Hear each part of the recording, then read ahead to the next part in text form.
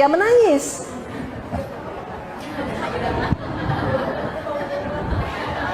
Termasuk Bang Haji Oma Irama.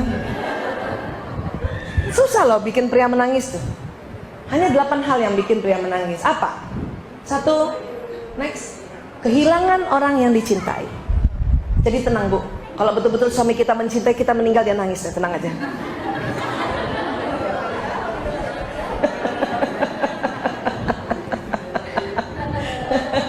Ya.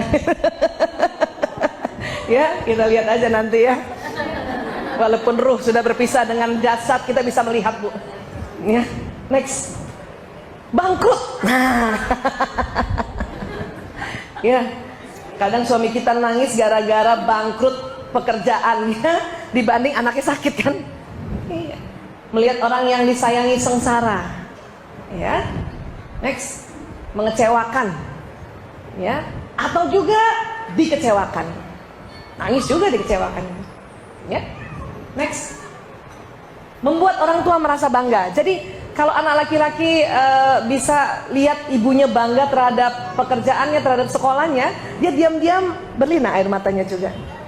Dia senang kalau orang tuanya bangga atas karya dia gitu. Tapi nggak mau ekstrim, dia menangis. Ya. Apa lagi? Satu lagi, sakit. Makanya laki-laki kalau sakit lebih cengeng. Iya Bu? Udahlah begitu emang Bu. Bukan suami kita doang yang begitu. Ya Allah, itu nggak bisa tuh kita pergi kan? Keluar sebentar aja 15 menit. Padahal kita sakitnya udah menderita banget tuh, masih kuat aja kita. Kenapa? Karena kita memang lubang emosinya kecil-kecil dan kita tahan terhadap rasa sakit laki-laki. Ya Allah, padahal cuma influenza Bu. Cuma influenza. Memang kalau influenza itu demam tinggi karena dia virus, ngilu seluruh sendi. Ya, pokoknya ibu lihat aja kalau demam tinggi, ada pilek, ngilu, itu influenza dulu tuh. Ya, tapi buat laki-laki sangka kayaknya mau sakaratul maut gitu kan. Ya Allah, kita juga takut kan. Siapa yang datang? Siapa yang datang? Siapa? Nggak ada tuh hitam itu, aduh. Ya, ini influenza ya. Udah minum aja paracetamol 4 jam sekali sama minum air putih anget biar panas badannya. Memang ngilu Bu kalau virus. Ya, termasuk juga virus demam berdarah. Nah, kalau 3 hari panas nggak turun-turun, udah minum obat, cuman turun sebentar, naik lagi, ya, baru kita periksa laboratorium. Kemungkinan demam berdarah. Tapi kalau baru 1 hari dan ada pileknya, itu virus influenza. Tenang aja Bu. Tetapi laki-laki begini, ini ladang amal untuk kita masuk surga, ya. Jadi kalau yes, gue masuk surga. Boleh Bu, kalau mau dilihat silakan.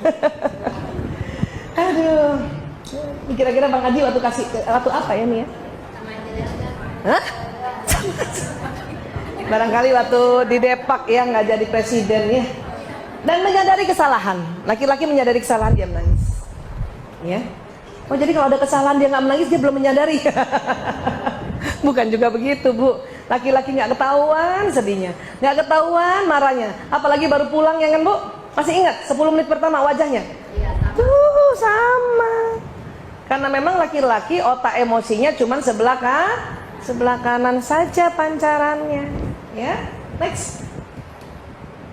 Nah ini dia. Jadi pada laki-laki itu ada namanya hormon testosteron. Hormon testosteron merupakan hormon yang agresif, menyebabkan laki-laki mampu berburu dan membunuh mangsa, berperan pada pertahanan hidup manusia dan melawan penyerang. Ini laki-laki.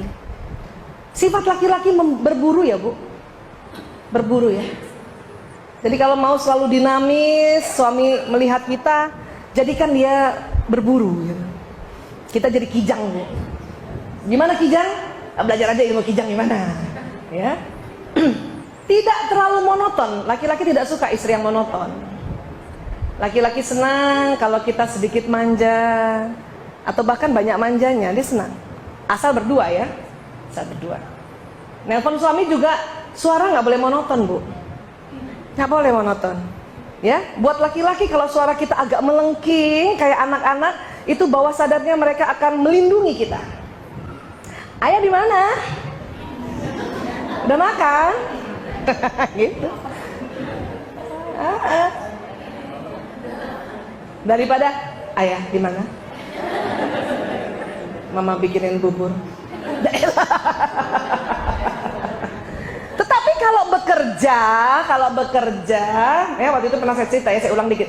Kalau bekerja, mitra kerja kita tidak suka perempuan suara melengking. Dia senang suara berat. Karena dianggap wanita itu cerdas. Jadi kalau kita negosiasi sama mitra kerja harus wibawa suaranya. Supaya suara wibawa dan agak berat, dagu mendekati dada kalau setiap ngomong. Jadi begini Pak, ya gitu. Saya sudah siapkan modul-modul yang nanti untuk Bapak presentasikan. Keren itu, ya. Nggak suka mitra kerja tuh bos-bos lihat pegawai-pegawai perempuannya yang melengking suaranya. Bapak, masa program saya nggak disetujuin? Bapak. Gak suka. Itu langsung turun, itu nggak dianggap cerdas itu. Iya, nggak intelek. Kalaupun cepat diiyakan tuh karena udah cepet pergi.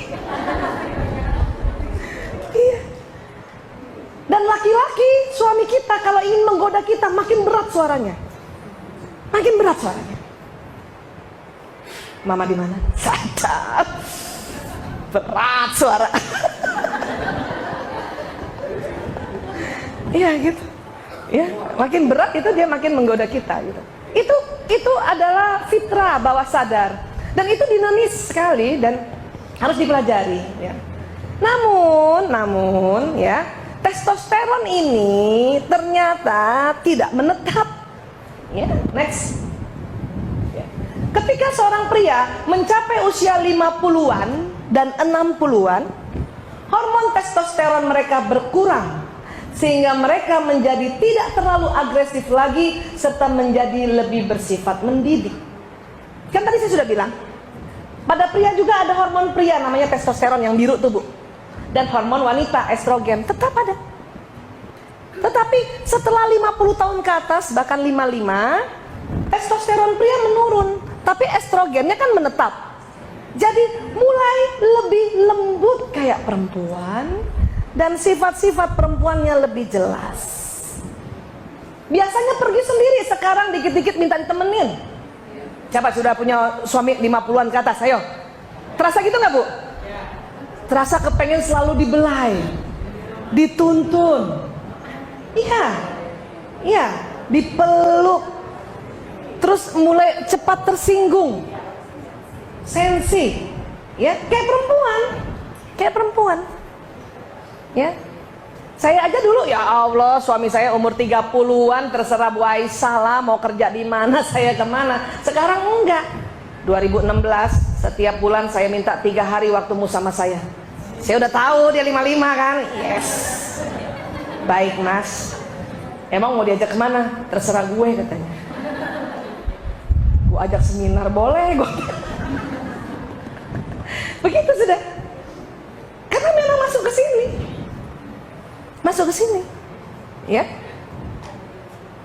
Mari kita lihat wanita. Next. Bagi wanita terjadi sebaliknya. Setelah menopause atau premenopause, ya, tingkat hormon estrogen menurun, sehingga perbandingan hormon dan tubuhnya berubah. Hormon testosteron menjadi lebih tinggi. Karena itulah mengapa wanita pada usia 40-50 tahun tiba-tiba menjadi lebih tegas dan lebih percaya diri. Ya, kenapa? Estrogennya sudah menurun, Bu. Tinggal hormon laki-lakinya nih.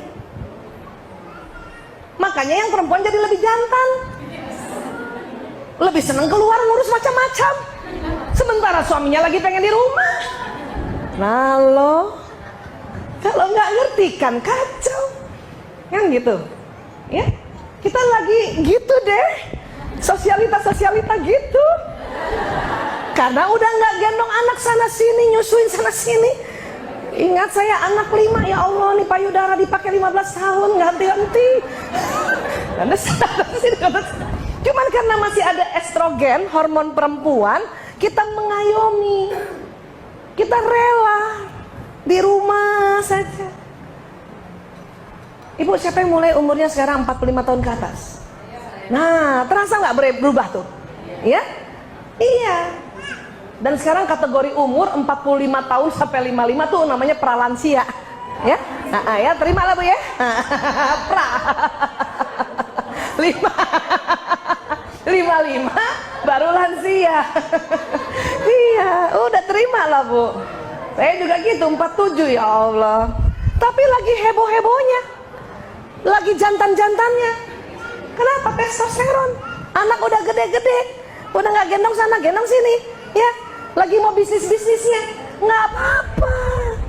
Tapi ingat, suami lagi manja-manjanya.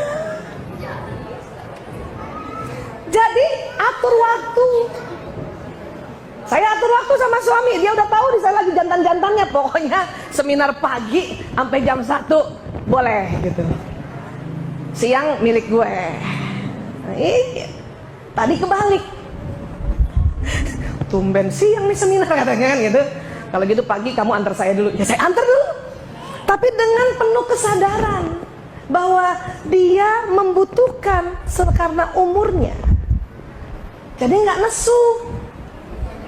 Iya. Sudahlah 55 pensiun. Nah, cakep. 7.000 kata buat kita semua.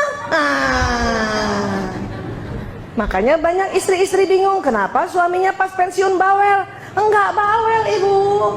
Yang tadinya 7.000 kata buat orang di kantor, sekarang buat ibu seorang. Ditambah hormon testosteronnya berkurang.